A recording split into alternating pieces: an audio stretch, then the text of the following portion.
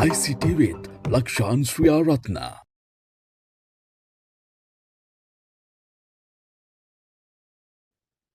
හරි අපි යනවා තොරතුරු හා සංවේදන තාක්ෂණය කියන පාඩමේ 2020 ප්‍රශ්න බලන්න 2020 රචනා ප්‍රශ්නය ප්‍රශ්න කියවනවා මම පාසල් හා උසස් අධ්‍යාපනික ආයතනවල පරිපාලනය සඳහා ඉගෙනුම් කළමනාකරන පද්ධති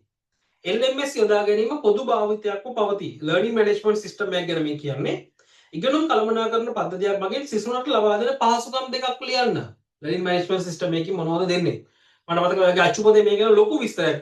විස්තරයක් තියෙනවා හරි කාට හරි අමතක කරන්න නැවත බලන්නත් පුළුවන් හරි අපි උත්තර ලියලා ඉමු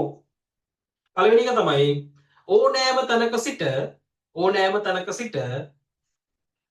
ඕනෑම වේලාවක අධ්‍යයනය කිරීමට හැකිවීම ඕනෑම තැනක සිට ඕනෑම වේලාවක අධ්‍යයනය කිරීමට හැකිවීම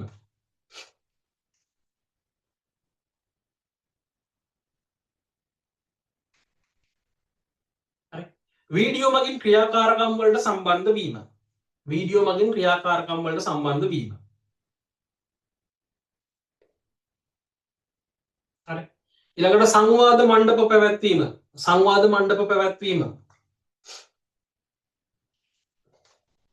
හරි පැවරුම්